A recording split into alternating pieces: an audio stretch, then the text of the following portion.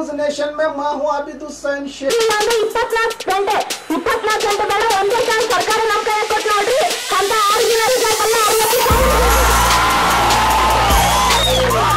भड़काऊ भाषण देने वाली पूजा पर हुआ एफआईआर दर्ज। हर्षा की मौत पर बीजापुर में वीएचपी के नेतृत्व में बजरंग दल की ओर से विरोध प्रदर्शन किया गया था, जिसके चलते पूजा वीर शेट्टी नामी लड़की भड़काऊ भाषण देने से पूरे बीजापुर की नाराजगी का कारण बन चुकी थी। फरवरी 23 के दिन बजरंग दल की रैली में पूजा ने बीजापुर के पवित्र जगह श्री सिद्धेश्वर मंदिर के सामने नफरत भरे अपने भड़काऊ भाषण में कहा था कि वह भारत को हिजाबी बनाने वालों के टुकड़े टुकड़े कर देंगी और हाथ में 1 घंटे के लिए सरकार देने पर 60,000 लोगों को मार देने का विवादित बयान देकर शहर की शांति को भंग करने का प्रयास किया गया था। इसी भड़काऊ भाषण की वजह से पूजा वीर शेट्टी के खिलाफ एमएमसी बीजापुर और आरटीआई कार्यकर्ता हमीद इनामदार ने नाराजगी जताते हुए एसपी से शिकायतें भी दर्ज करवाई थी, जिसके जवाब में 27 फरवरी के दिन गोल गुम्बद पुलिस थाने में पुलिस विभाग द्वारा स्वयं प्रेरित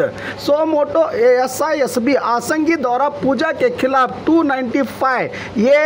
505/2 और 506 आईपीसी धारा के तहत एफआईआर दर्ज किया है भड़काऊ भाषण देने वाली पूजा के खिलाफ। और खबरों के लिए देखते रहिए बी न्यूज नेशन।